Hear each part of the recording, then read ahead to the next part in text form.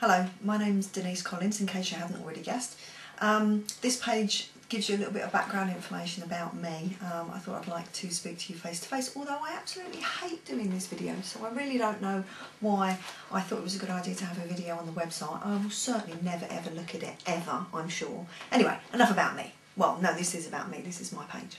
My name's Denise Collins. What do? I run the Hummingbird Effect Academy. I founded that back in 2005. It wasn't called the Hummingbird Effect Academy back then. It started off life as, what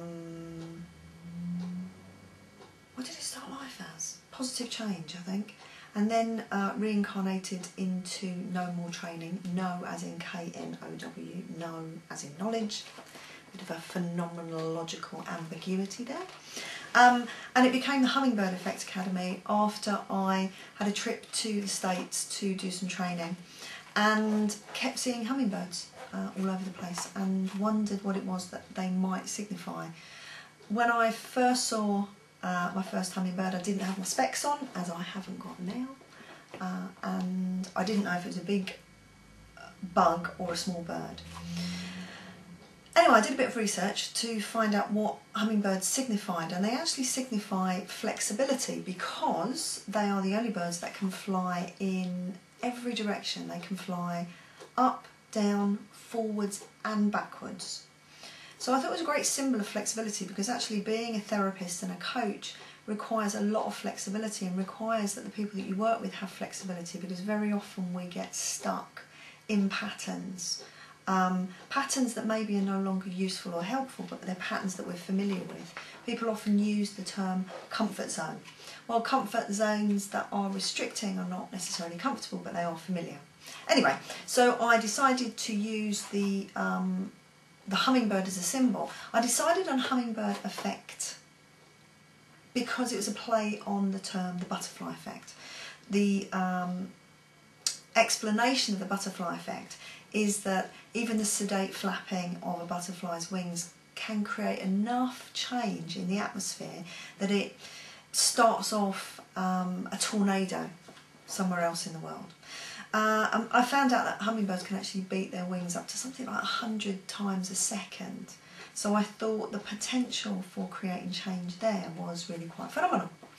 Anyway, I divide my time now between seeing one-to-one clients for therapy and for coaching, and I also teach and devise and develop courses through the Academy, hypnotherapy courses, NLP courses, coaching courses, and there's something very, very exciting in the pipeline that I'm working on at the moment, developing a methodology that's basically a synthesis of lots of the things that I've been working on for many years. Did I say I've been in practice for 12 years? I've been in practice for 12 years, and during that time there isn't really very much that I haven't seen in terms of presenting issues. I say presenting issues because very often people will come along with a particular problem or a particular issue. So they'll say something along the lines of, I have panic attacks, or I can't sleep, or I'm feeling depressed. But the actual presenting problem is almost a symptom of something deeper. So I work at a very profound and deep level with the clients that I work with to find out what it is that's actually causing the presenting issue or the problem that they're aware of. And an analogy that's used is that working at a deep and profound level with people is a bit like digging up the roots of weeds that are spoiling a garden, rather than just cutting those weeds down at ground level. Just give you a bit of background about me. I left school with very few qualifications, only 5 CSEs as they were then. I got married for the first time at 18, had my first child by the age of 20, and was a single parent living on state benefits by the time I was 21. At that point I really felt as if I'd screwed up any chances that I had of having a career. My dad practiced some tough love and told me to stop feeling so sorry for myself and go out and do an evening class or something.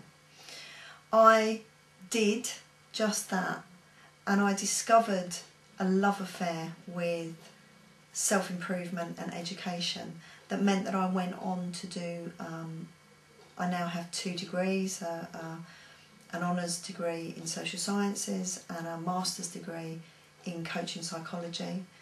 I trained as a hypnotherapist, I trained as an NLP practitioner and then a master practitioner and then as a trainer. I've spent all of my life is about personal development and improvement. It's about overcoming adversity, making the best of what you've got, deciding on where it is that you want to go and then developing ways to get there. I am very happily married. I have 3 wonderful grown-up offspring, grandchildren and some very spoilt greyhounds and a very, very spoilt collie puppy.